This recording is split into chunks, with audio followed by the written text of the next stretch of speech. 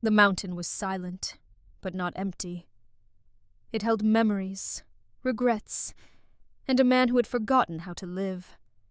Then one day, a child who couldn't speak, and a woman who carried the past, stepped into his world. No one knew that this meeting would change everything. Because sometimes, the quietest stories carry the loudest truths. And sometimes, love arrives not as a feeling, but as a choice. Stay with this story, because its ending is worth every moment. The axe came down, wood splintered. The axe rose. He swung again. It was 5 in the morning, the September air biting and crisp, holding the promise of a brutal winter. Silas Hargrave wasn't chopping wood because he needed it.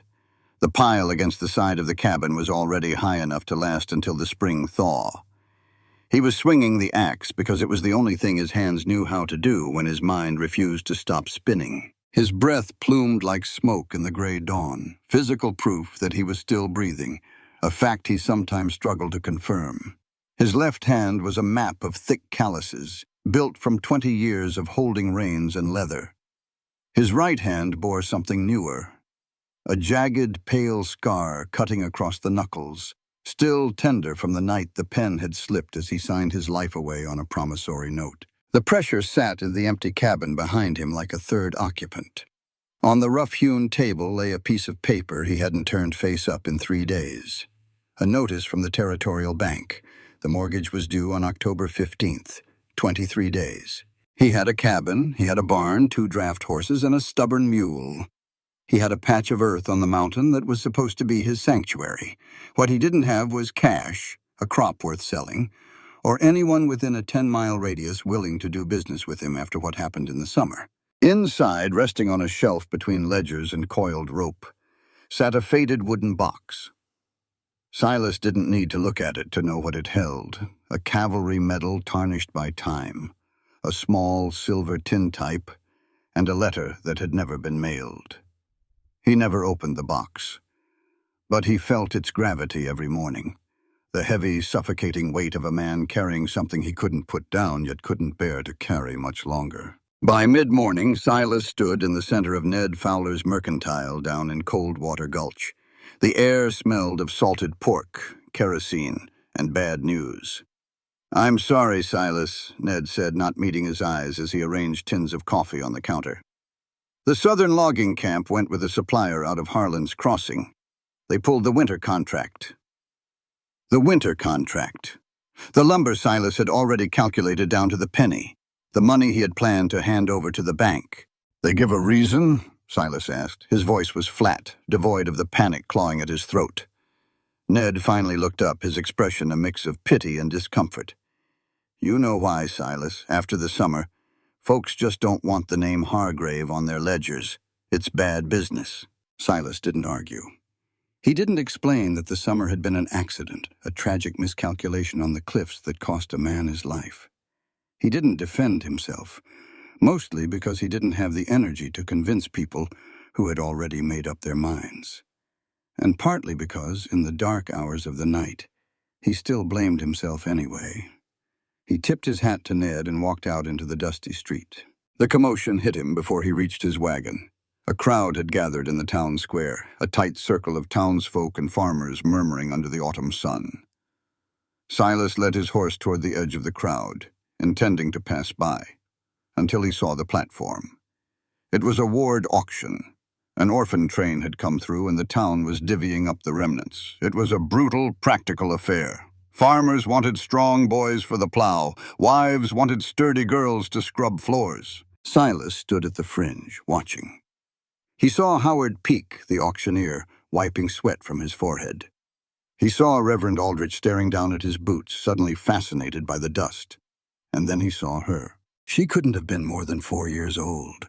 She stood on the wooden block in a faded, oversized dress that swallowed her small frame. She wasn't crying. She was just standing there, gripping the hem of her dress with a tiny, pale hand, 4 fingers and a thumb suspended in the chill air, asking a question the entire town had decided to ignore. "Listen, folks, I know she ain't much to look at," Howard Peake called out, his voice tinged with exasperation. but she can learn to fetch water, pluck chickens. She's a deaf-mute, Peak, a man yelled from the back. Don't hear a lick, don't speak a word, she's useless. Brings bad luck, that kind of quiet, a woman muttered loudly to her husband. Ain't right for a child to be that still. Peak sighed, running a hand over his face. All right. If there ain't no takers for the girl, the county'll have to sign the papers. We'll put her on the wagon to the territorial asylum this afternoon. The asylum. Silas felt the word hit him like a physical blow. It was a death sentence for a child. A warehouse for the unwanted, where the cold and the cruelty would snuff out whatever light was left in her within a month. Silas thought of the promise he had made to a dying friend 3 years ago. Don't let yourself become a man who walks backwards, Silas. Promise me. He had walked backwards so many times since then. He had retreated to the mountain, retreated into his guilt, retreated from the world. But looking at the little girl, standing small and silent against a town that had thrown her away, he knew he couldn't take another step back. He reached into the heavy wool of his coat. His fingers brushed against the leather pouch. Inside was exactly $500. It was nearly every cent he had to his name. The money he had scraped together, bled for, and starved for, meant to stave off the bank just a little longer. He pulled it out. He knew what he was doing. He was destroying his last financial lifeline. Silas pushed through the crowd. The murmurs died down as the tall, broad-shouldered man with the scarred hands stepped up to the auction block. He slammed the heavy leather pouch onto the wood. The metallic clinking of coins echoed across the silent square. 500, Silas said. His voice wasn't loud, but it possessed a cold, unyielding gravity that froze the breath in Howard Peake's lungs. The auctioneer stared at the pouch, then up at Silas, bewildered. Hargrave, what are you doing? You're buying debt. The girl ain't worth... She's mine. Silas cut him off, his eyes locking onto Peake's with a ferocity that dared any man in the square to utter another syllable. He didn't look at the crowd. He stepped up, knelt, and offered his large, calloused hand to the little girl. She looked at his hand, then she looked up into his eyes. Slowly, she uncurled her fingers from her dress and placed her small hand in his. The wagon ride up the mountain was quiet. The road was steep, rutted by late summer storms. Silas sat on the bench, the reins loose in his hands. He had 23 days left, no winter contract, and an empty bank account. He had absolutely no plan. In the back of the wagon, sitting amidst feed sacks and supplies, was Pearl. That was the name on the county paper Peake had shoved into his hand. Silas glanced over his shoulder, expecting to see her cowering or crying. Instead, she was already looking at him. Her eyes were dark, unblinking, and remarkably calm. She wasn't afraid. She was observing him, taking his measure, deciding if this scarred, silent man was someone she could trust. Silas turned back around, staring at the winding road. I haven't even figured out if I can trust myself, he thought. An hour later, the horses stopped at the halfway creek to drink. Silas climbed down to check the traces. That was when he saw her. A woman was sitting on a flat boulder near the water's edge. She wasn't waiting for a stagecoach, and she didn't look lost. She had a thick canvas needle in her hand, steadily mending a deep tear in a leather saddle. Her hands moved with a brutal, practiced efficiency. She wore a faded skirt and a men's canvas jacket, her dark hair tied back severely against the wind. She was Margaret Calloway, though Silas didn't know her name yet. He only saw a woman of 28 with eyes that didn't flinch when he approached. She didn't ask for directions. She didn't offer a greeting. She looked at the wagon, looked at Silas, and spoke with a voice like dried earth. That mountain spread of yours need a hand? Silas paused. He looked at her calloused fingers, then at the expertly stitched saddle. I don't have the cash to hire on help. Room and board, she said, cutting off his refusal before it could form. No coin required until the farm turns a profit. Silas frowned, his eyes narrowing. That wasn't just cheap labor. It was practically charity. And out here, nobody with skills like hers worked for free. He knew immediately that the math didn't add up. But he also knew he had a sprawling farm he couldn't manage alone, a bank breathing down his neck, and a 4-year-old girl sitting in his wagon who needed someone who knew what they were doing. "Climb up," he said. He helped her load her saddle into the back. As he snapped the reins and the wagon lurched forward, Silas glanced up at the small shaving mirror rigged to the side of the canopy. In the reflection, he saw Meg sitting in the back, near Pearl. But Meg wasn't looking at the trees, and she wasn't looking at him. She was staring straight ahead at the peak of the mountain, her eyes locked on his land. She didn't look like a drifter who had just found a lucky job. She looked like a woman who knew exactly where she was going. Why? Silas thought, the question settling like a stone in his gut as the wagon carried them all higher into the cold. Silas woke at 4:30 in the morning. It wasn't a choice. It was an internal clock forged by a decade of cavalry campaigns and hardened by 7 years of fighting the mountain dirt. He swung his legs over the edge of the cot, his boots hitting the freezing floorboards. The September morning was brutal, the kind of cold that seeped through the chinks in the cabin walls and settled deep into the marrow. He pulled on his heavy canvas trousers and flannel shirt, anticipating the bitter, smoke-filled chore of getting the cast-iron stove going. But as he stepped out of his small alcove and into the main room, he stopped. The stove was already radiating a steady, comforting heat. Silas stood in the dim light, staring at the cast-iron belly. He walked over and opened the grate. This was his stove, in his house, but the fire inside had been built by someone who didn't follow his rules. Silas always stacked his kindling parallel, a military precision that often resulted in a slow, smoky start. The wood inside now was stacked in a loose crosshatch, allowing the draft to catch the embers perfectly. It burned hot, fast, and completely smokeless. He closed the grate quietly. He didn't say a word to the empty room. The heavy oak door creaked open, letting in a gust of mountain wind. Meg stepped inside. Her canvas jacket was already dusted with hay, the hem of her skirt damp with morning dew. Her hands, red from the cold, were wiping themselves on a rag. Silas looked at the clock on the mantel. "What were you doing out there at 4? "The roan mare," Meg said, her voice gravelly but steady. She didn't look up as she hung her coat on a wooden peg. "She's close to foaling, pacing the stall, sweating. I walked her out in the paddock to calm her down." Silas felt a sharp prick of failure beneath his ribs. He hadn't checked the mare's timeline in 3 days. He had been too consumed by the bank papers, the looming deadline, the crushing weight of the $500 he had thrown away in the town square. This woman, who had been on his land for less than 12 hours, knew the rhythm of his farm better than he did this morning. And she hadn't pointed it out as a flaw. She had just done what needed doing. "Thank you," he finally muttered. Meg merely nodded and walked toward the wash basin. Over the next few hours, the silent collision of their two worlds played out in the dirt and dust of the farm. When it was time to feed the livestock, Silas operated on strict rations. He moved down the line of stalls, dumping equal measures of oats and hay into each trough. It was fair, efficient, and rigid. Meg leaned against the barn door, watching him. She didn't criticize. But the next morning, Silas watched from the loft as she handled the feeding. She didn't measure equally. She gave the older gelding an extra handful of oats because his teeth were wearing down. She gave the nervous mare slightly less, mixing in sweet dried apples.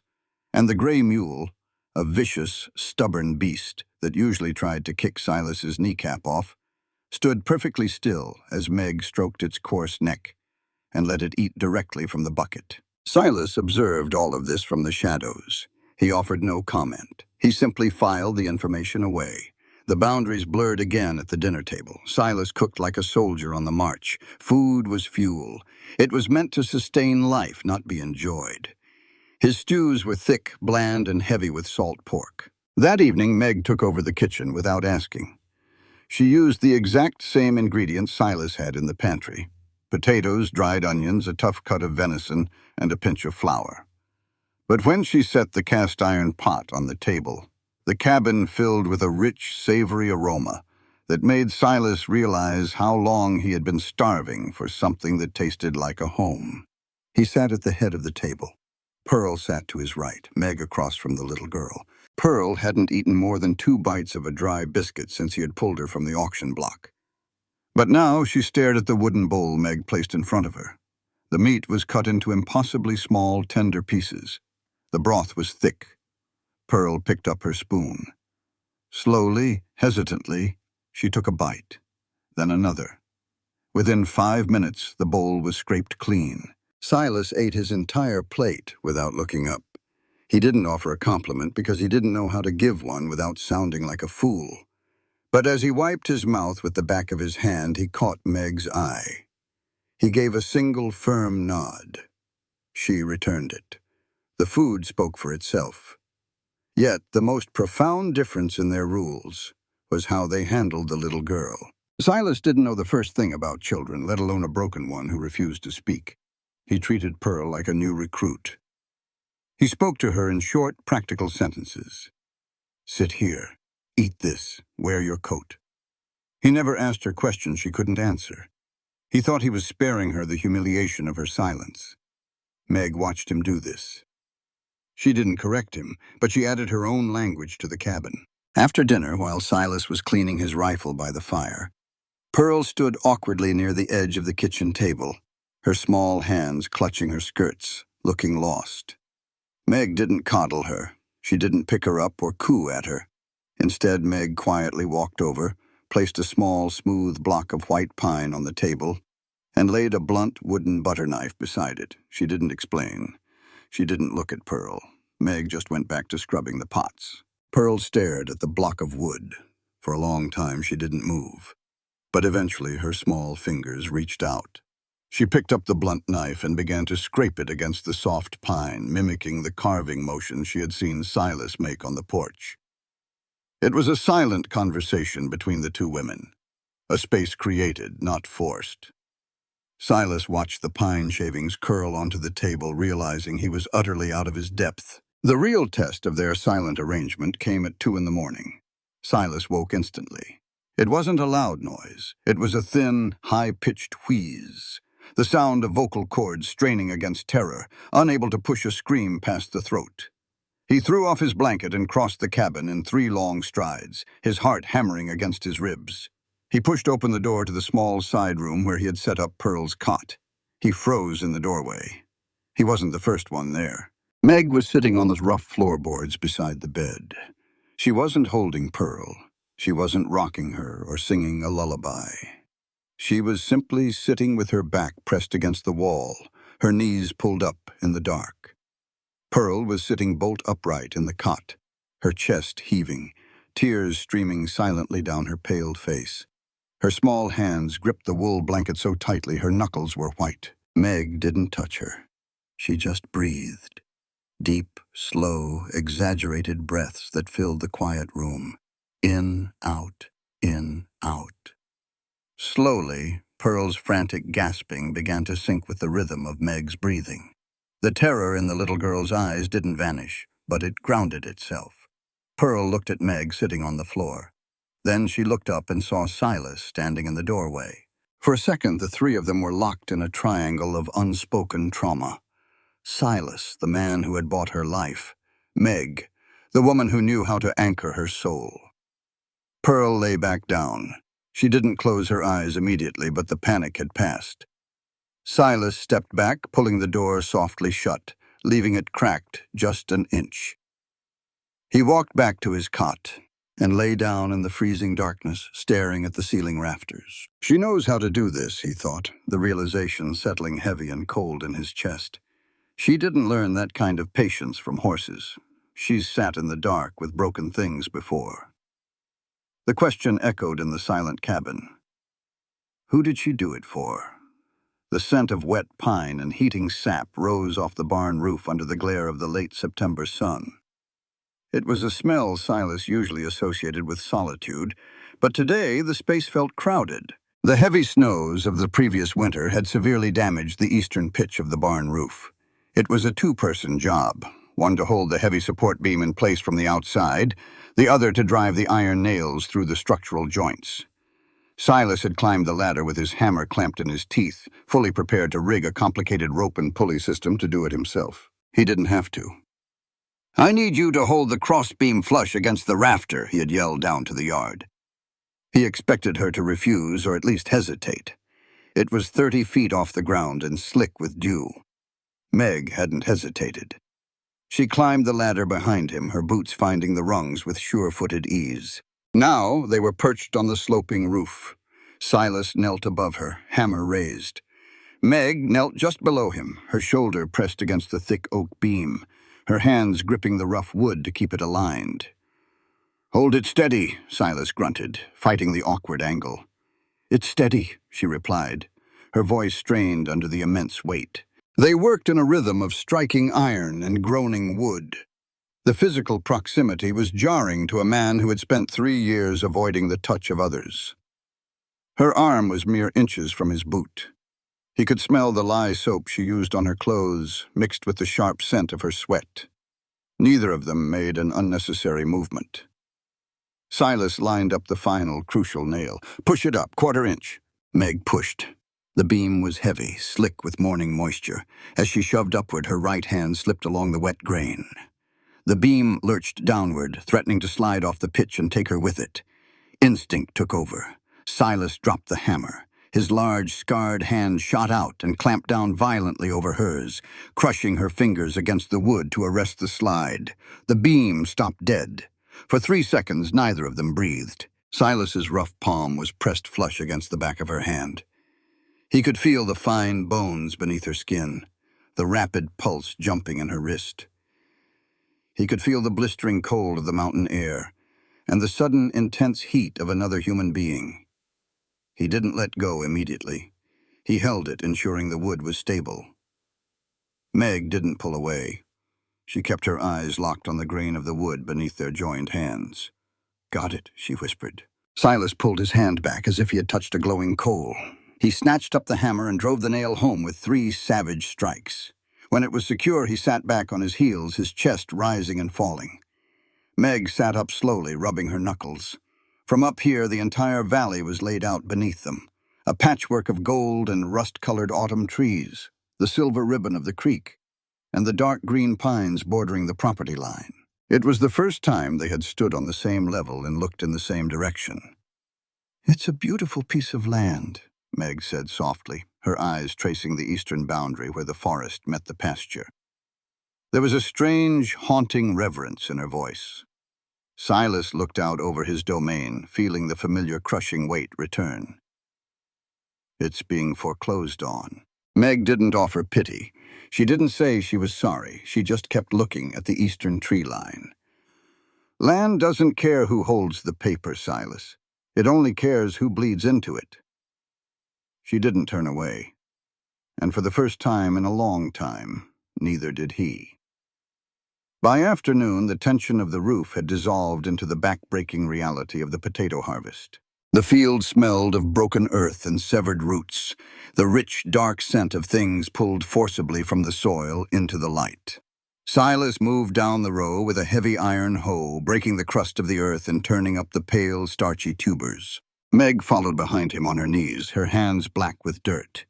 She sorted them rapidly, the large, perfect ones into a burlap sack for the root cellar, the bruised or sliced ones into a wooden crate to be eaten immediately, the rotten ones tossed aside for the pigs. At the end of the row sat Pearl. Nobody had told the child to come to the field. Nobody had assigned her a chore. But she had wandered out from the cabin clutching a small tin bucket. Silas watched out of the corner of his eye as Meg handed Pearl a dirt-caked potato. Pearl took it, dipped it into her bucket of water, scrubbed it clean with her small thumbs, and placed it carefully into a finishing basket.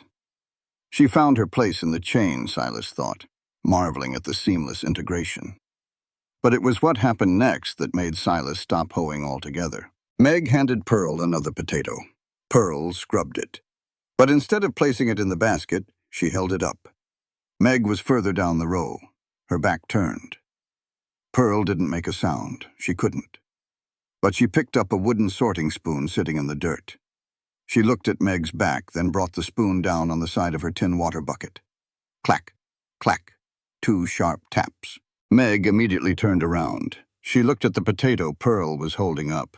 It had a deep rot spot hidden under the dirt. "Good eye, little bird," Meg said warmly. "Throw it to the pigs. Let's do this. 2 knocks means it's bad. 1 knock means you need fresh water. Understand? Pearl stared at her. Then, deliberately, she tapped the bucket once. Clack. Meg smiled, a rare, genuine expression that transformed her hardened face. I'll fetch the water bucket. Silas stood leaning heavily on his hoe, the mountain wind whipping his coat. His chest tightened. 2 knocks, 1 knock. He had spent 3 weeks talking at this child, treating her silence like a locked iron door he didn't have the key for. Meg hadn't tried to force the door open. She had simply handed the girl a wooden spoon and taught her how to knock from the inside. He looked at the mountain of sorted potatoes. If he managed to sell the surplus down in the gulch, it would cover barely a quarter of the banknote. It wasn't enough to save them. But looking at the woman and the child communicating over the dirt, he realized it wasn't nothing. That evening the cabin was quiet. The fire crackled in the stove. Meg sat close to the kerosene lantern, her head bowed over her work. She was painstakingly altering one of the dresses Silas had bought for Pearl in town, taking in the seams so it wouldn't swallow the frail child. Pearl sat beside her on a stool, her dark eyes tracking every movement of the silver needle as it dipped in and out of the fabric. Silas sat at the opposite end of the long wooden table, the leather-bound financial ledger open before him. He was trying to calculate the exact deficit he would face on October 15th. He dipped his pen in the inkwell. He needed to check a figure in the upper column. He lifted his head. His eyes bypassed the ledger. They bypassed the fire. They landed on Meg. The yellow light of the lantern caught the loose strands of dark hair framing her face, turning them to spun copper. It illuminated the sharp, elegant slope of her jaw, the intense concentration in her eyes, the gentle way her rough hands handled the cotton dress. Silas looked at her. He didn't immediately look away. It wasn't a glance, it was a stare. He let himself look at her for 1 second, then 2, then 3. He watched the way her chest rose and fell with a quiet sigh as she bit off the end of a thread. Suddenly, Meg shifted, sensing the weight of his gaze. She began to lift her head. Silas snapped his eyes back down to the ledger with the force of a physical blow. His heart hammered in his throat. He jammed the nib of his pen onto the paper, hastily scribbling down a number to look busy. He stared at the page. The ink was pooling. He had written the cost of 100 pounds of grain in the column meant for the mortgage deficit. With a trembling hand, Silas Hargrave crossed the wrong number out, the scratch of the pen echoing loudly in the quiet room. He realized with a terrifying clarity that the bank wasn't the only thing threatening to take his life apart. The buggy that pulled into the yard 3 days later didn't belong to a hardened debt collector or a sneering villain. It belonged to Arthur Renfield, a man whose worst crime was being painfully, inescapably practical. Silas was in the paddock brushing down the pregnant roan mare when the squeak of the buggy springs announced the visitor. He didn't stop brushing. He listened to the heavy, hesitant footsteps approach the fence. Arthur Renfield was 45, a father of 4, and the manager of the Territorial Bank in Coldwater Gulch. He wore a woolen suit that was well kept but thinning at the elbows. He didn't look like a man arriving to ruin a life. He looked like a man who hadn't slept well in a week. He arrived exactly at noon. He hadn't come early to catch Silas off guard, nor late to exert dominance. He had come exactly when he said he would. "Morning, Silas," Renfield said, leaning his forearms against the top rail of the fence.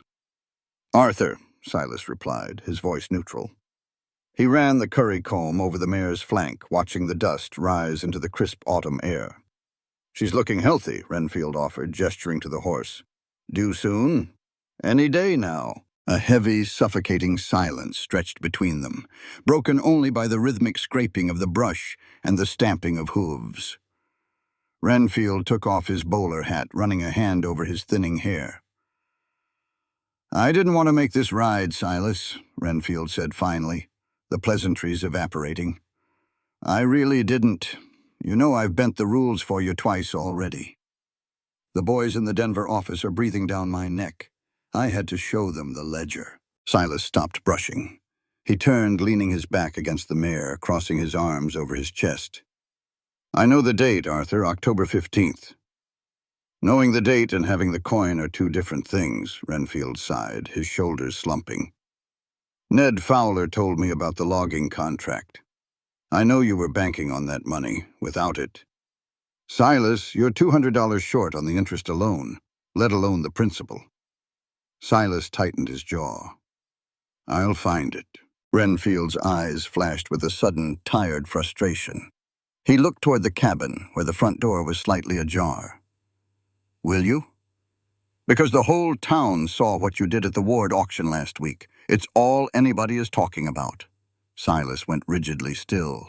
The air around them seemed to drop 10 degrees. That has nothing to do with the bank. It has everything to do with the bank, Renfield shot back, his voice rising before he forced it back down. Silas, you had $500. $500! That would have covered the arrears and bought you another year. Instead, you marched into the square and threw it at Howard Peak for a deaf-mute orphan the county was going to take care of anyway. The asylum isn't taking care of a child, Arthur, and you know it. And losing the roof over her head is better, Renfield countered, pointing a trembling finger at the dirt. You bought a child you have no business raising, with money you owed to my bank. I have a wife, Silas. I have 4 kids. My tellers have families. If I don't foreclose on bad debts, the territorial office shuts us down, and half the town loses their savings. I am not the bad guy here for asking for what you signed for. The words struck Silas like physical blows, precisely because they were entirely true. Renfield wasn't a monster. He was a man backed into a corner by Silas's own reckless, desperate sense of honor. I'm not asking for charity, Silas said, his voice dropping to a low, dangerous gravel. I told you, October 15th. Until the sun goes down on that day, this is my land. Renfield looked at the scarred, unyielding man before him and shook his head in defeat. He put his hat back on. I'm sorry, Silas. I truly am. But if you don't ride into town with the money on the 15th, the sheriff will ride up here on the 16th. Renfield turned and walked back to his buggy. Silas stood frozen in the dirt, the curry comb biting into his own palm. He watched the buggy turn around and slowly descend the mountain road, taking his last shred of borrowed time with it. When the sound of the wheels faded, Silas remained in the yard. He felt hollowed out. He had traded his land for a child's life, and now he was about to lose both. He heard a soft rustle and turned his head. Meg was standing at the edge of the barn. She held a pitchfork in one hand, but the tines were resting on the ground. She had been close enough to hear every word. She knew about the auction now. She knew about the $500. She knew this farm was a sinking ship with 20 days left before it went under. Behind her skirt stood Pearl. The little girl peeked out, her dark eyes wide, looking from the empty road back to Silas. Silas couldn't bear the weight of their stares. He couldn't play the stoic savior anymore. He broke eye contact, staring down at his dusty boots. Then he saw a movement out of the corner of his eye. Pearl stepped out from behind Meg's skirts. She didn't run to Silas. Instead, she looked up at Meg's hardened, dirt-streaked face. Slowly, the little girl raised her tiny hand, reached out, and curled her fingers lightly around Meg's thumb. She tugged. Once, gentle but firm. Meg looked down at the child. Pearl didn't make a sound, but she tugged again, pulling Meg subtly toward the cabin. Come inside. It was the very first time Pearl had initiated physical contact with anyone besides Silas. She was anchoring the woman. Meg let the pitchfork lean against the barn. She didn't say a word to Silas. She just let the little girl lead her back into the house. That evening, the cabin felt like a tomb. Silas sat at the table, the ledgers spread out like a morbid autopsy of his life. He ran the numbers until his eyes burned. He could sell the draft horses, but without them he couldn't clear the eastern acreage next spring. He could sell his tools, but that was just a slower way to die. There was no math that saved them. A shadow fell over the paper. Meg walked past the table and set a steaming tin cup of black coffee next to his inkwell. She didn't ask if he wanted it. She didn't offer a sympathetic smile. She simply set it down and turned to walk back to her mending chair. Silas stared at the dark liquid. You heard, Arthur, Silas said to her, retreating back. Meg stopped. She didn't turn around immediately. I heard. You know there won't be any farm to pay you from come winter. She turned slightly, the lantern light catching the sharp angle of her profile. "I told you I didn't need cash right now." "There won't be a roof either," Silas pressed, his frustration leaking out. Why was she making this so difficult? Why wouldn't she just pack her bags and leave him to his ruin? "You're a capable woman. You could get hired on at the big ranches in the valley tomorrow. Why are you still here?" Meg looked at him. Her eyes were deep, fathomless wells of secrets he didn't have the map to navigate. "Drink your coffee before it gets cold, Silas," she said softly. She sat back down by the fire, picked up her needle, and resumed her work. Silas stared at her, the question clawing at his chest. Why? 2 days later, Silas was riding the eastern boundary line, a rugged, densely forested ridge that he rarely patrolled. It was a steep incline, choked with thick pines and thorny underbrush, separating his property from the unclaimed wilderness above. He was checking a line of old snare traps, a desperate attempt to catch enough pelts to scrape together a few extra dollars. As he pushed his gelding through a thicket of elderberry bushes, the horse snorted and balked. Silas slid out of the saddle to lead him on foot.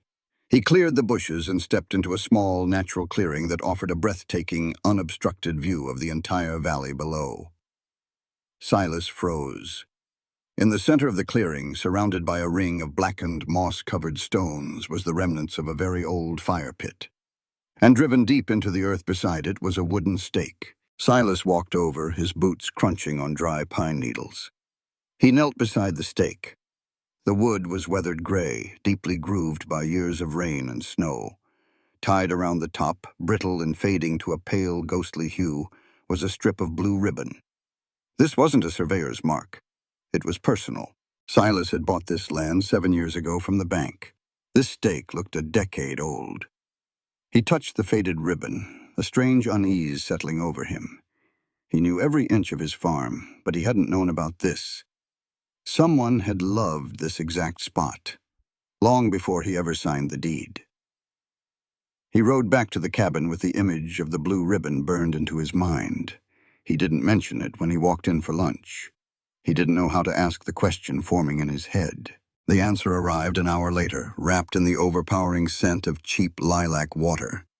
Nettie Hale, the town's most prolific gossip and the self-appointed moral compass of Coldwater Gulch, drove her buggy up the mountain. She brought a basket of slightly stale bread and a knitted blanket, ostensibly a charitable donation for the poor mute child. But Silas knew better. Nettie came for information. Meg was in the barn when Nettie arrived. Silas met the woman on the porch. "Silas, dear," Nettie chirped, handing him the basket with a tight, patronizing smile. "I just had to come up. The whole town is simply abuzz about your impulsive charity. We all worry so much for the girl's environment." "She's fine, Nettie. Fed and warm," Silas said tightly, blocking the doorway.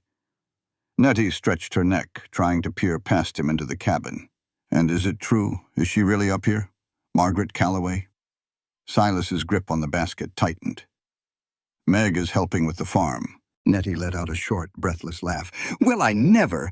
I suppose she has nowhere else to go.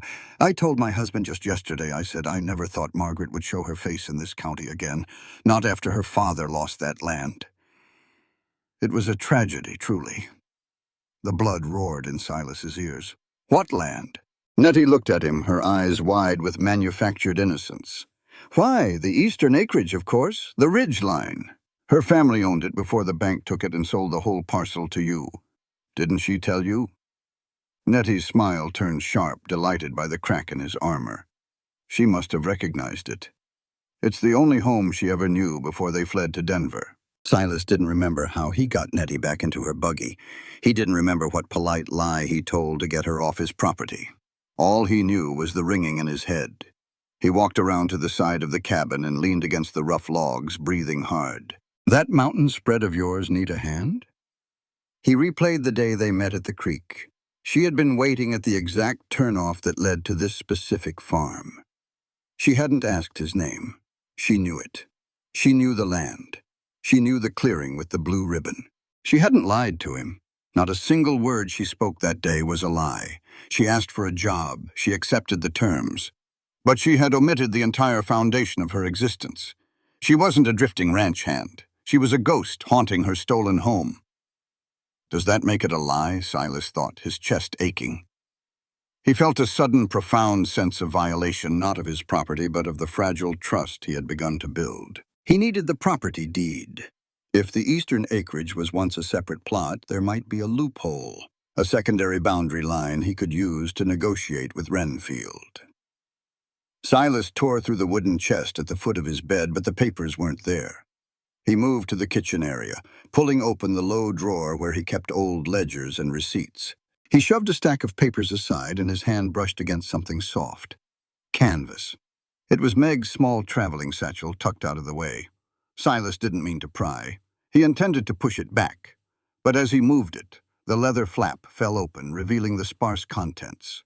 A spare bodice, a tin of salve, and a thick, pristine white envelope. The heavy parchment felt out of place in the dirt and grime of the cabin. Silas froze. In the upper left corner, stamped in crisp black ink, was a seal. First National Bank of Denver. He didn't open it. He didn't need to. The envelope was thick, sealed with wax, and bore the weight of official currency drafts. Silas slowly placed the envelope back into the satchel, closed the flap, and pushed the drawer shut. He stood in the center of the kitchen, entirely alone, and didn't move a muscle for 2 full minutes. She wasn't destitute. She wasn't working for room and board because she was starving. She had money. Real money, sitting in a bank in Denver. She didn't need this grueling, back-breaking job. She didn't need him. She was the rightful heir to the land he was currently losing. She had the money to save it, but she was hiding it. She was watching him drown under the weight of a $500 debt while holding a life preserver behind her back. A heavy, dark betrayal began to pool in his stomach. He walked slowly to the small window above the wash basin and looked out into the yard. Meg was in the vegetable patch. She was holding a short-handled hoe. Standing in front of her was Pearl. Silas watched as Meg knelt in the dirt, her expensive secret hidden away, her hands stained with his soil. She placed her hands gently over Pearl's small ones, guiding the child on how to strike the earth without jarring her wrists. Meg murmured something, smiling. Pearl looked up at her, her dark eyes shining with a trust she had never shown another living soul. Silas gripped the edge of the wash basin until his knuckles turned white. She had an agenda. She was keeping secrets that could ruin him or save him. But as he watched her brush a stray curl of hair out of the silent little girl's eyes, Silas realized he was trapped. She might be a liar by omission, but she was the only thing keeping his fractured family from shattering completely, and he had no idea what to do. The letter from the territorial court arrived on a Tuesday, carried up the mountain by a reluctant deputy who wouldn't meet Silas's eyes. It was sealed with heavy red wax, bearing the official stamp of Harlan's Crossing. Silas stood on the porch, the freezing October wind whipping the edge of his canvas coat, and broke the seal. He already knew about the custody hearing for Pearl. The town had petitioned the court claiming a single indebted man with a violent reputation was unfit to raise a disabled orphan. But there was a second document tucked behind the first. It was a civil complaint. The family of Daniel Cross was suing him for wrongful death and gross negligence. Silas stared at the ink until the letters blurred into meaningless shapes.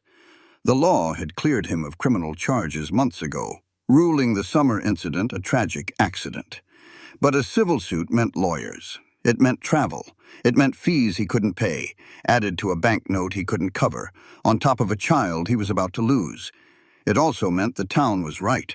He was toxic. Everything he touched either died or went bankrupt. The memory of the summer flashed behind his eyes with nauseating clarity. The jagged shale of the high pass. The sudden, blinding storm. Daniel shouting over the wind, asking if they should turn back. And Silas, arrogant and certain, yelling, "It's clear! Keep pushing!" That was the last time he saw his friend standing. Silas carefully folded the papers and put them in his breast pocket. He finished his chores. He chopped wood until his shoulders screamed in agony.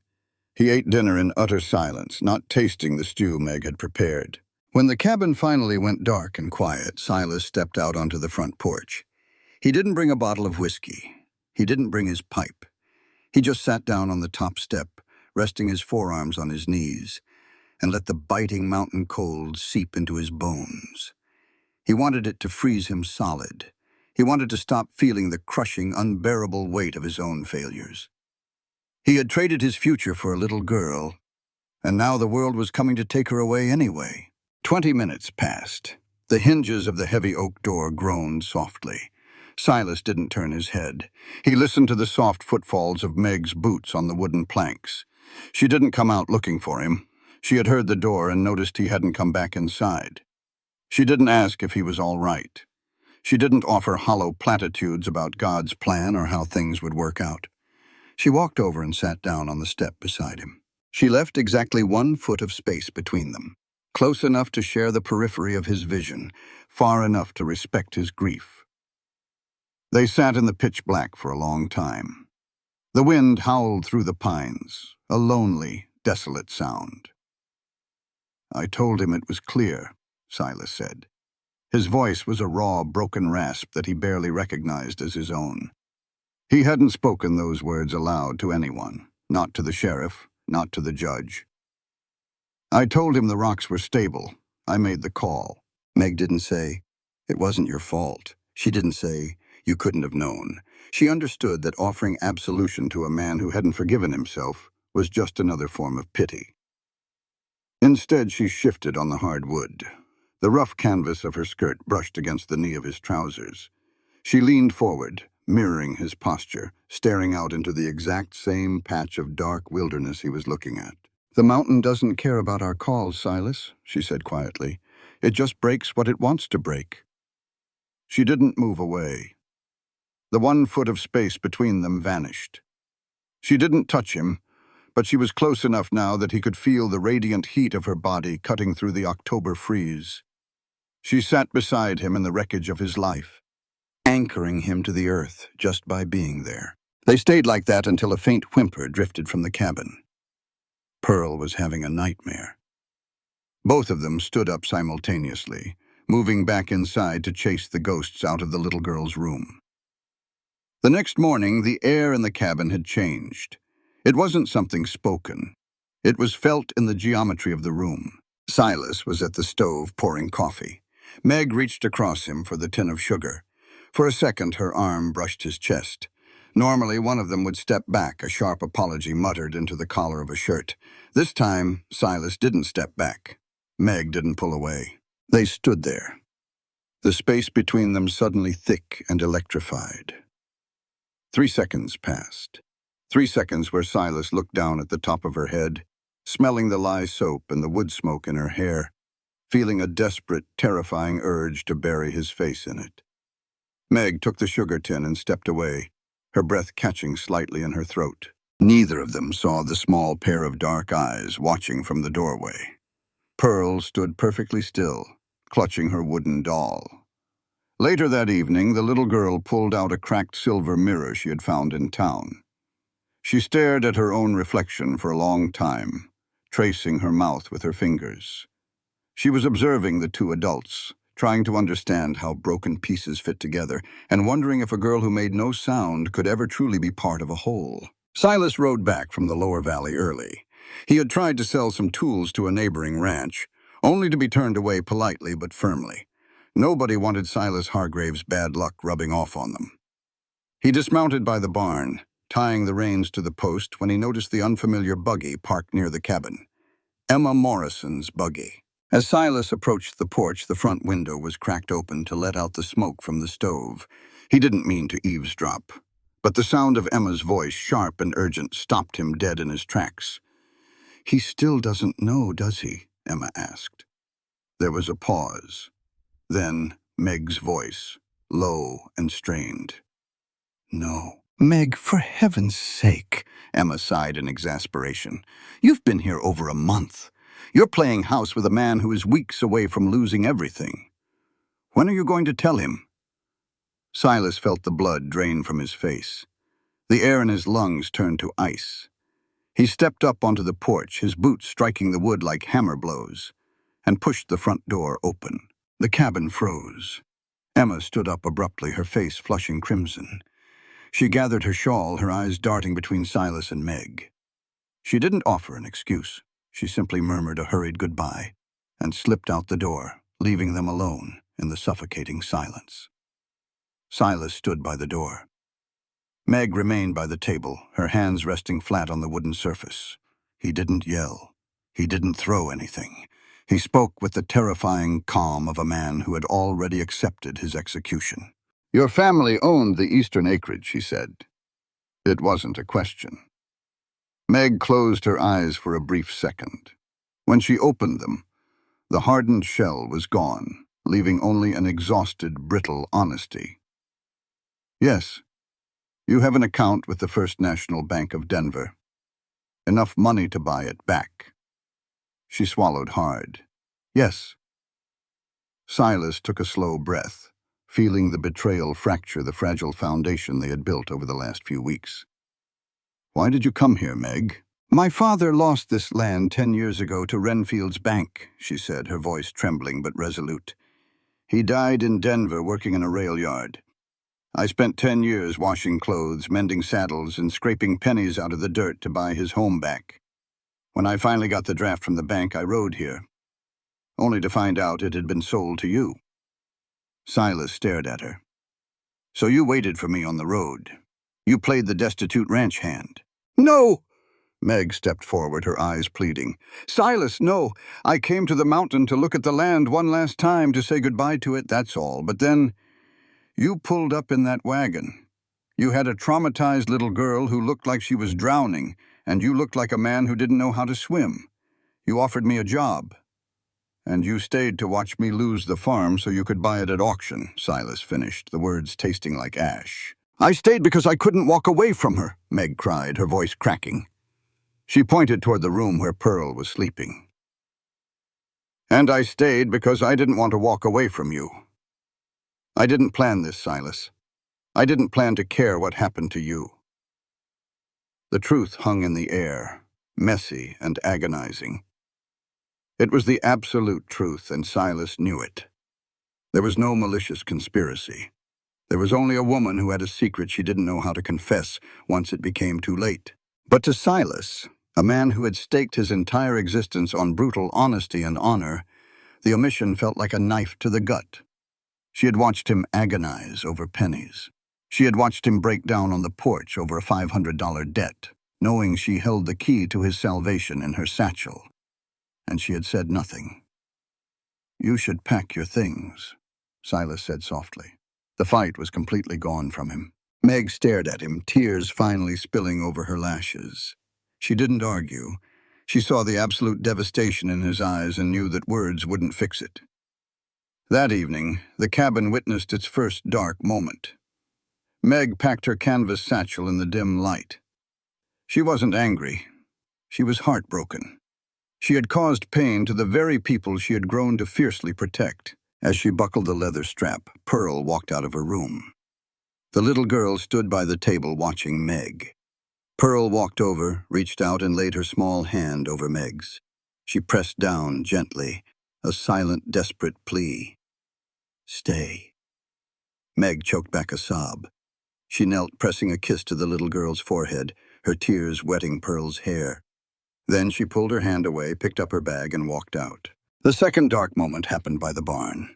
Silas stood in the doorway, watching Meg saddle her horse in the moonlight. He had exactly 9 words in his head. "I don't care about the land. Just don't go." But the words rotted in his throat. Who was he to ask her to stay? He was a ruined man, facing court dates and foreclosure. He couldn't drag her into his grave. He watched her ride down the mountain trail until the darkness swallowed her entirely. The third dark moment came when Silas walked back into the empty cabin. He sat at the table. He looked at Pearl, who was sitting on the floor, staring blankly at the door. Silas had made the right choice for the right reasons. But as the silence of the cabin pressed in on him, he realized it was the most agonizing choice of his life. 3 days later, Silas didn't go to the saloon. He didn't go looking for Meg.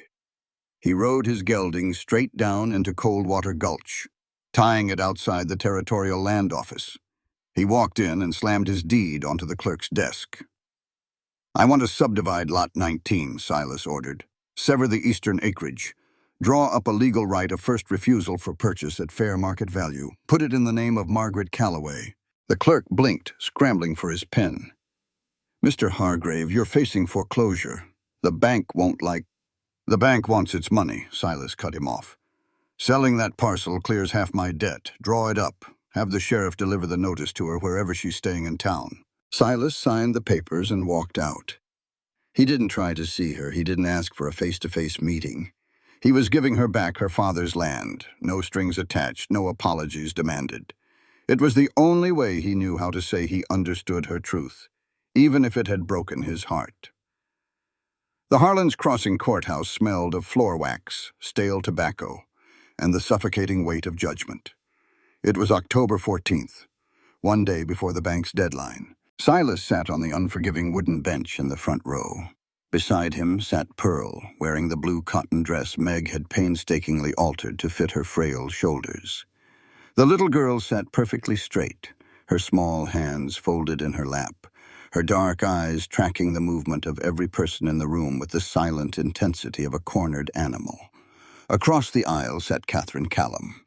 Pearl's aunt from Philadelphia was 35, dressed in a severely tailored wool traveling suit that looked entirely out of place in the dusty territorial town. She didn't look malicious. She looked exhausted, overwhelmed, and determined to do what she believed was her Christian duty. When she looked at Pearl, her eyes softened with a genuine, if distant, affection. But when she looked at Silas, her expression hardened into a wall of aristocratic contempt. The hearing began with a brutal, systematic dismantling of Silas's character. The lawyer Catherine had hired from Denver, a slick man named Vance, called the upstanding citizens of Coldwater Gulch to the stand. Nettie Hale testified about Silas's violent temper and the inappropriate environment of a bachelor's cabin. Reverend Aldrich, looking deeply uncomfortable, admitted under oath that Silas had not attended church in 3 years and lived a life of deliberate isolation. Finally, Vance brought up the summer on the High Pass. He painted the death of Daniel Cross not as an accident, but as proof of Silas's reckless disregard for human life. And yet, Vance sneered, turning to the judge, this is the man who marched into a public square and purchased a traumatized, disabled child for $500 as if he were buying a draft horse. A man drowning in debt, prone to violence, treating a little girl as a piece of property to alleviate his own guilty conscience. A heavy murmur of agreement rippled through the gallery. The town, the very people who had watched Pearl stand on an auction block, now nodded in righteous indignation. Judge Crail, a gray-bearded man with tired eyes, looked down at Silas. Mr. Hargrave, you elected not to retain counsel. Do you have anything to say in your defense? Silas stood up. He didn't smooth his coat. He didn't try to look sophisticated. He looked at the gallery, making eye contact with Howard Peake, the auctioneer, and then Nettie Hale. 3 weeks ago, Silas said, his voice a low, gravelly rumble that easily carried to the back of the room. Everyone in this room stood in the town square and called this child useless. You called her deaf, dumb, and cursed. You were going to pack her onto a wagon and send her to the territorial asylum to rot, because nobody wanted a girl who couldn't scrub a floor or sing in a choir. The gallery fell dead silent. Nettie Hale looked down at her hands. Silas turned his gaze to Vance, then to Catherine Callum. I didn't pay $500 to buy a piece of property. I paid every last cent to my name to buy back the piece of humanity this town decided to throw in the dirt. He looked up at the judge. I am in debt. My farm is failing. But since the day she climbed into my wagon, she has not missed a meal. She has not slept in the cold, and she has not been treated like a burden. I don't know much about raising children, Your Honor, but I know about surviving, and I can teach her that.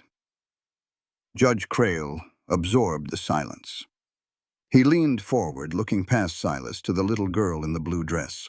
We need to know what is in the child's best interest, the judge said softly. He gestured to a court translator for the deaf standing nearby. Miss Pearl, do you understand what is happening here? Pearl didn't look at the translator. She looked at Silas. Silas gave her a single, firm nod.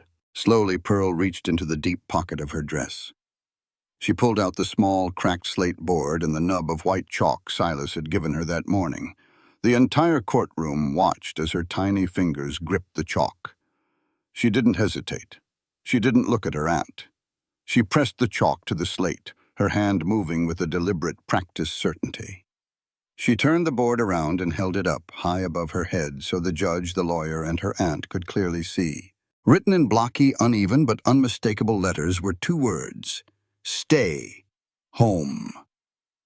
Catherine Callum let out a small, sharp gasp. She stared at the slate, then looked at the little girl's face. Pearl wasn't crying. She wasn't begging. She was stating a fact with the iron will of a survivor. Catherine slowly stood up.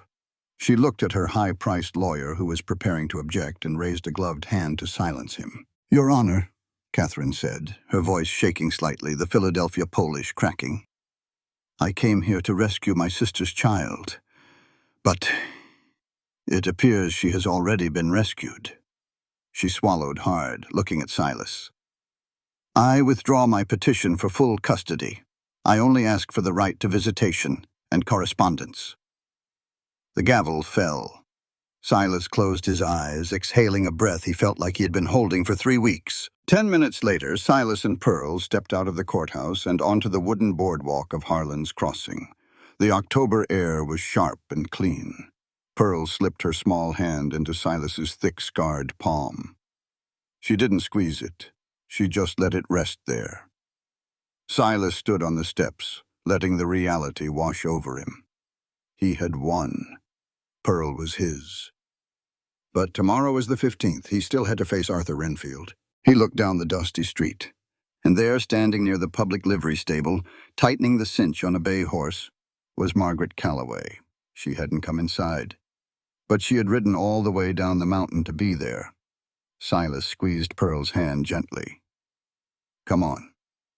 They walked down the boardwalk. Meg saw them approaching and stopped working, her hands resting on the leather saddle. She looked exhausted, the shadows under her eyes dark against her pale skin. Silas stopped a few feet away. He didn't offer a grand, dramatic greeting. He just looked at her and said the only thing that mattered. "I filed the subdivision papers at the land office yesterday." "I know," Meg said quietly. "The clerk sent a boy to the boarding house with the notice. It's drawn up for fair market value, but the right of first refusal is yours. It's your land, Meg." Meg looked down at her dusty boots, then up at the scarred, stoic man standing before her. The walls she had built over 10 years of hardship finally, completely gave way.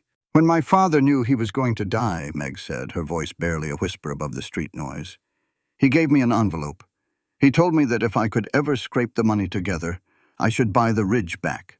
And if I couldn't, or if it was gone, I was to go up that mountain, look at the valley one last time, and say a proper goodbye." Silas listened, the puzzle pieces finally locking into place. "I spent 10 years saving that money, Silas. I came here to do the second thing, to look and to leave. I didn't plan on you stopping your wagon. I didn't plan on taking a job." She looked down at Pearl, who was staring up at her with wide, observant eyes. "And I certainly didn't plan on this." "Why did you stay?" Silas asked, his voice rough. "Because I thought I could just be a ghost on my own land," Meg confessed, a tear finally escaping and cutting a clean line through the dust on her cheek. "I told myself I was just working for my keep, but then I started watching you break your back to save a farm you were losing. I watched you bleed for a child that wasn't yours, and I realized—" She paused, wiping her face with the back of her wrist. "I realized I didn't just care about the dirt anymore, Silas. I started caring about what happened to the man standing on it. And I didn't know how to tell you the truth without destroying the only good thing I had found in 10 years. It wasn't a hero's confession, and it wasn't a victim's plea. It was the messy, complicated truth of a woman who had tried to hold on to the past only to find herself anchored to the present." Silas looked at her. He didn't forgive her instantly. The wound was still too fresh, but the anger was gone, replaced by a profound, agonizing understanding. "Tomorrow is the 15th, Silas said simply. "I have to see the bank." "I know," Meg said. He nodded once, tipped his hat, and walked away with Pearl. He didn't ask her to come back, but he had left the door open, and now the choice was entirely hers.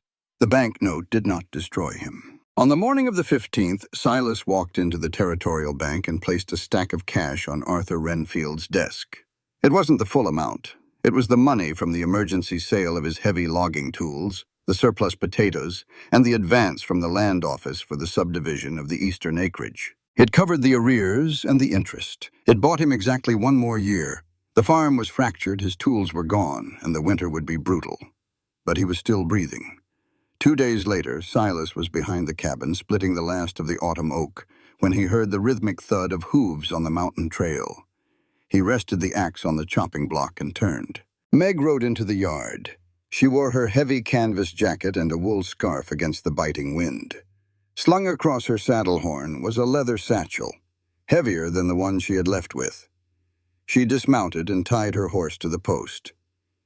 She didn't look like a woman returning to beg for forgiveness, nor did she look like a conqueror claiming her prize.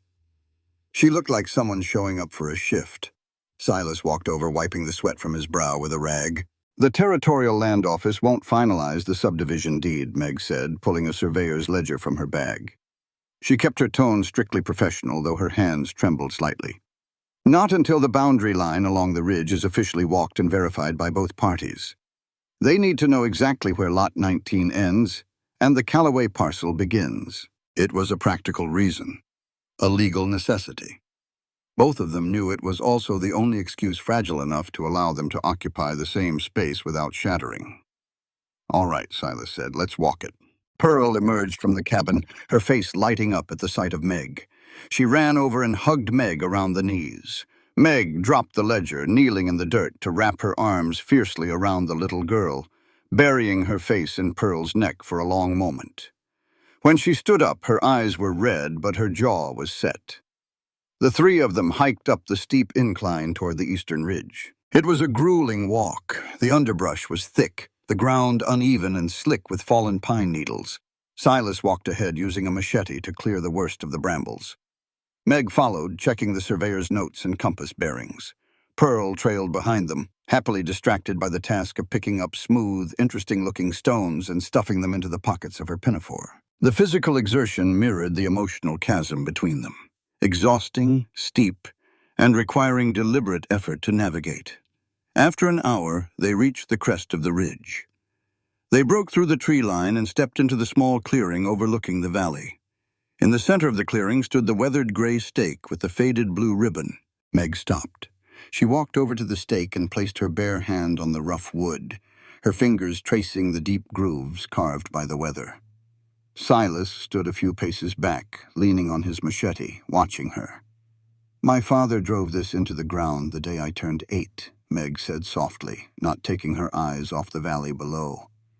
"He told me this was the best corner of the world. He said a person could see everything coming from up here." Silas didn't intrude on the memory. He just listened.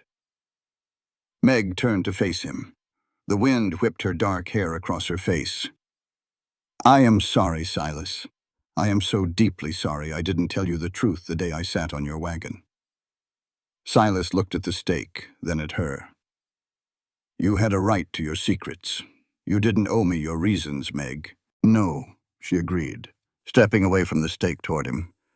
"I didn't owe you my past. But I owed you honesty the moment I realized I wanted a future here. I let you suffer over that banknote while I had the money to fix it because I was too cowardly to admit why I was really staying. It was a real apology, stripped of excuses, bare and bleeding. She wasn't apologizing for coming to the mountains. She was apologizing for letting her silence hurt him." Silas looked at her. He didn't offer a sweeping declaration of forgiveness. He didn't pull her into a desperate embrace. That wasn't who they were. Instead, he took 2 steps forward, closing the distance until he was standing right beside her at the boundary stake. He looked out at the valley, standing shoulder to shoulder with her. By not walking away, he accepted it. "Look!" The sudden sharp whisper startled them both. They turned to see Pearl. The little girl hadn't spoken loudly. It was a raspy, unused sound, pushed past her lips with immense effort. But it was a word. Pearl trotted up to them, her face flushed with the cold and pride. She reached into her pocket and pulled out a large, heavy piece of quartz, roughly the shape of a jagged heart. She held it out to Silas. Silas looked at the stone, then at the little girl who had just broken 3 years of silence to show him a rock. He swallowed the lump in his throat and took it from her gently. "That's a fine stone, Pearl," Silas said, his voice thick. He knelt and placed the quartz directly at the base of the old wooden stake. "That's a marker stone. It tells everyone right where the line is." Pearl nodded, satisfied, and wandered to the edge of the clearing to find more. Meg watched the exchange, her chest rising and falling rapidly. She looked at the scarred man kneeling in the dirt, placing rocks for a child nobody had wanted. She had spent 3 days in town agonizing over her choice. She could buy the land, build a cabin, and live alone on her memories. Or she could cross the boundary line. "The land office said the subdivision is approved," Meg said, her voice steadying. "I'm buying the eastern acreage. The draft from Denver is already cleared." Silas stood up, dusting off his knees. "It's good land. You'll need to clear the deadwood before the snow sets in." "I know," Meg said. She took a step closer to him. The space between them evaporated. "But if I'm going to run a farm up here, I'm going to need a neighbor who knows how to do things right. Someone who doesn't quit when it gets hard." Silas looked down into her eyes. The bruised defensive walls he had carried for years finally crumbled, leaving only the quiet certainty of a man who had finally found his home. "I know how to do that," Silas said. Meg reached out. She didn't take his hand. She reached up and rested her palm flat against his chest, right over his hammering heart.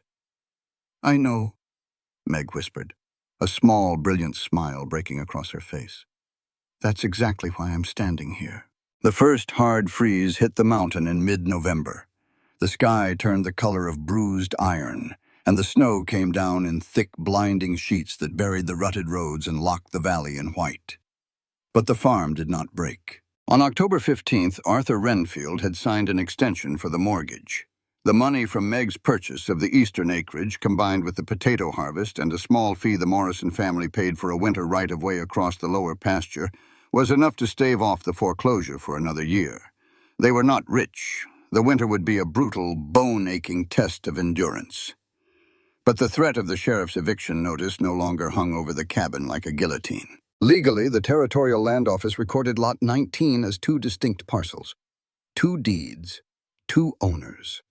The paperwork stated that Margaret Calloway's cabin would be built on the eastern ridge come the spring thaw. Practically, however, there was only 1 cast-iron stove, 1 long wooden table, 1 family.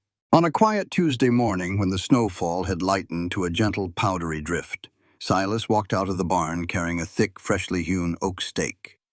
Over his shoulder, he carried a heavy iron sledgehammer. Meg was waiting for him by the paddock fence, wrapped in a heavy wool coat, her breath pluming in the freezing air. Pearl was beside her, bundled so thickly in scarves and mittens she looked like a small, blue-clad bear. Silas didn't say where they were going. He didn't have to. They hiked up the incline toward the eastern ridge. The snow absorbed the sound of their boots, making the mountain feel vast and deeply intimate.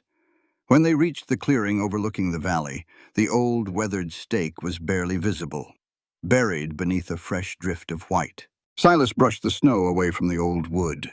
Then he set the sharp point of the new oak stake into the frozen earth right beside it. Tied securely around the top of the new wood was a thick strip of canvas ribbon. It wasn't the faded, ghostly color of the old one. It was a deep, vibrant navy blue. "Land needs a proper marker," Silas said, his voice a low rumble in the quiet air. "Needs to know who it belongs to, and who's going to stay." Meg looked at the thick oak stake, then up at Silas. The cold had flushed her cheeks, but her eyes were remarkably warm. "You want me to hold it steady?" "I want us to drive it in together," Silas replied. He handed her the sledgehammer. It was too heavy for her to swing alone with the precision needed, so Silas wrapped his large, scarred hands over hers on the ashwood handle. They lifted the heavy iron head together. Clang! The sound rang out across the valley, sharp and clear. Behind them, Pearl let out a joyful, breathless laugh, spinning in circles with her tongue out to catch the falling snowflakes. Clang! They didn't have a preacher, they didn't have a congregation, or a registry book, or a gold band, but as the sledgehammer drove the new stake deep into the mountain dirt, two pairs of hands working the same heavy iron, their shoulders pressed together against the winter wind, the vow was made.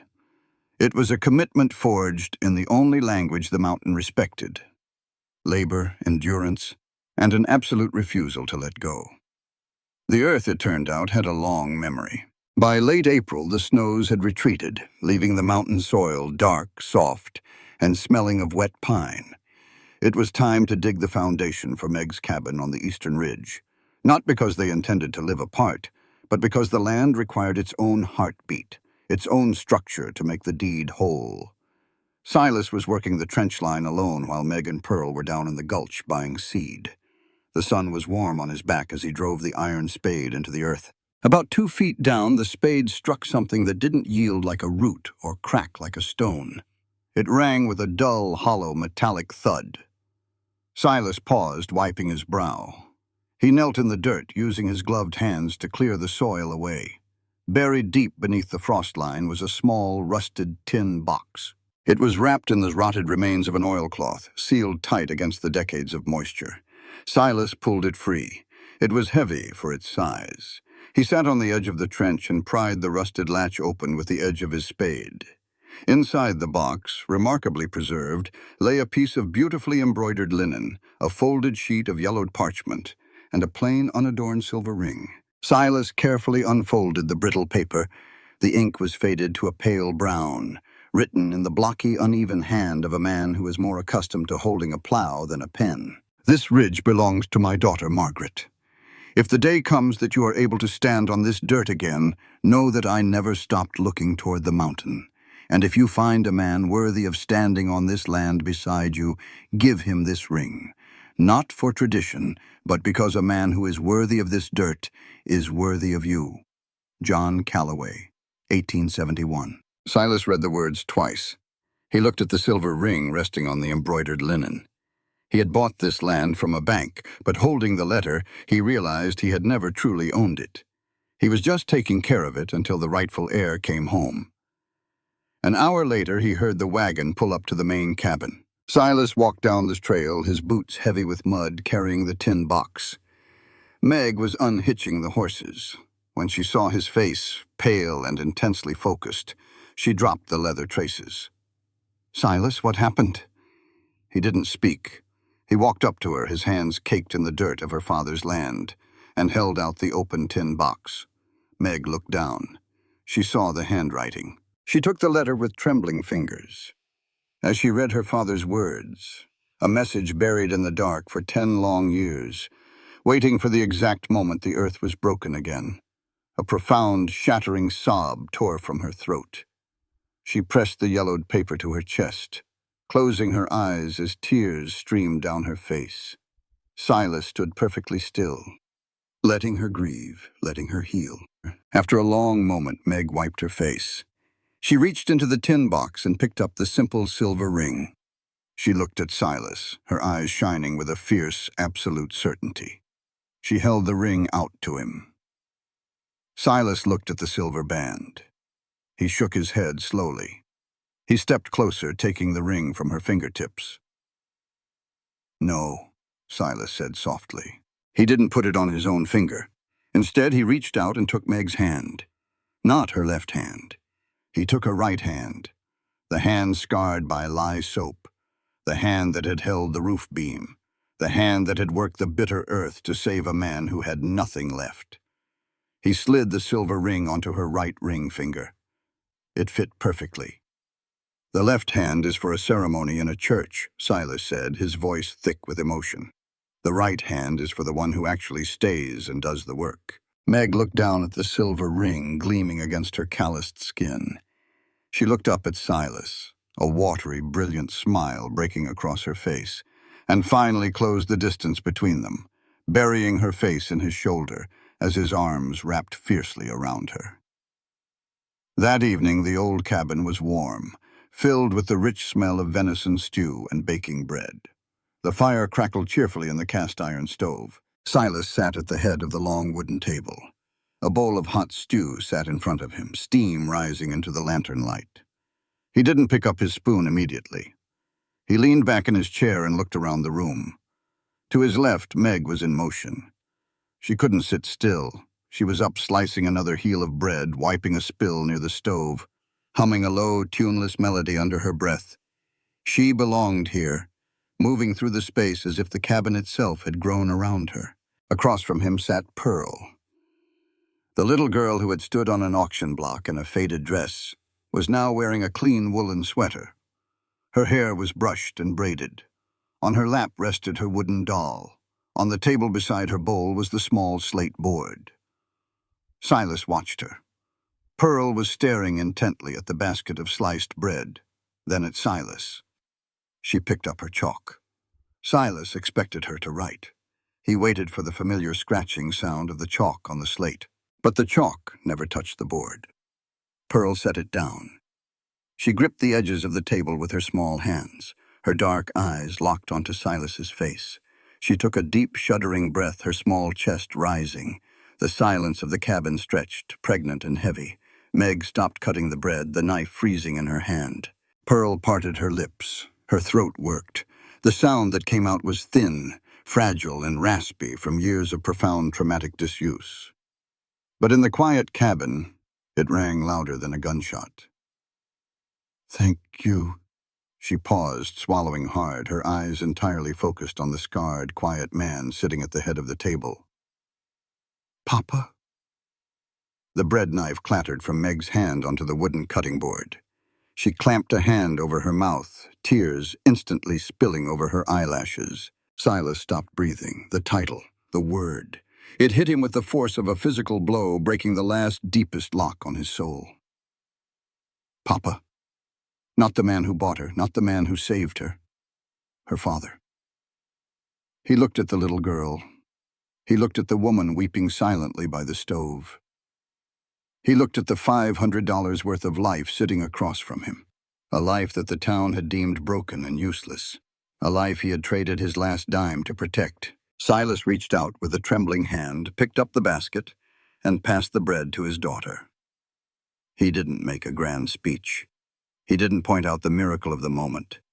He just gently smoothed her dark hair, his rough thumb brushing her cheek. 10 months ago, Silas Hargrave had woken up at 5 in the morning to chop wood he didn't need, simply because the silence of his empty life was too loud and he couldn't bear to sit still with his own mind. Tonight he picked up his spoon. He took a bite of the stew. He listened to the wind howling against the thick log walls, unable to reach them. He leaned back in his chair, looked at his family, and finally, for the first time in his life, he let everything be enough. This channel is dedicated to stories of the Wild West, cowboy life, love, motherhood, human kindness, and the quiet strength between people. If this story touched your heart, don't forget to like, comment, share, and subscribe to support more meaningful stories like this. This story exists within the realm of fiction, where imagination shapes reality. Any similarities to real-life individuals, organizations, or events are entirely coincidental. The author does not endorse or represent any real entity through the content of this work. As the last light of that long, unforgiving winter faded behind the mountain ridge, what remained was not just a cabin standing against the cold, but a life rebuilt from pieces no one else believed were worth saving. This story was never truly about land or debt or even survival. It was about the quiet, stubborn choices that shape who we become when the world gives us every reason to walk away. Silas did not save Pearl because he was strong. He saved her because in that moment he chose not to become a man who turned his back again. And in doing so, he found something he had long buried beneath guilt and regret: the ability to care, to stay, and to fight for something beyond himself. Pearl, a child the world had labeled as broken, proved that silence does not mean emptiness. Her voice, when it finally came, carried more truth than all the noise around her. And Meg, she reminds us that sometimes we carry the past not because we cannot let go, but because we are waiting for the right place and the right people to finally come home to. The deeper meaning of this story lies in a simple but powerful truth. Love is not a feeling that appears when life is easy. It is a decision made again and again when everything is uncertain, when trust is fragile, and when staying is harder than leaving. None of these characters were perfect. They made mistakes. They hid truths. They carried scars that shaped their choices. But what defined them was not their past. It was what they chose to do with it. This story teaches us that redemption is not given. It is built, slowly, through action. That kindness, even when it seems reckless or illogical, has the power to change destinies. That family is not something we are born into. It is something we create through loyalty, sacrifice, and presence. And perhaps most importantly, it reminds us that healing does not happen all at once. It happens in quiet moments, in shared work, in unspoken understanding, in the decision to sit beside someone in the dark instead of leaving them there alone. In a world that often measures value in strength, wealth, or perfection, this story asks us to look again, to see worth in what is overlooked, to recognize that the most meaningful connections are not loud or grand, but steady and enduring. It tells us that sometimes the greatest act of courage is not fighting or winning, but simply staying. And maybe, just maybe, we all carry a piece of this story within us. The part that has been judged too harshly, the part that has lost something it cannot replace, the part that is still waiting for a second chance. If there is anything to take away from this journey, it is this. No matter how broken the past may seem, there is always a choice in the present. A choice to care, a choice to forgive, a choice to build something new from what remains. Because in the end, it was never about the mountain or the land or the debt. It was about three souls who chose not to give up on each other. And in that choice, they found something far greater than survival. They found a home.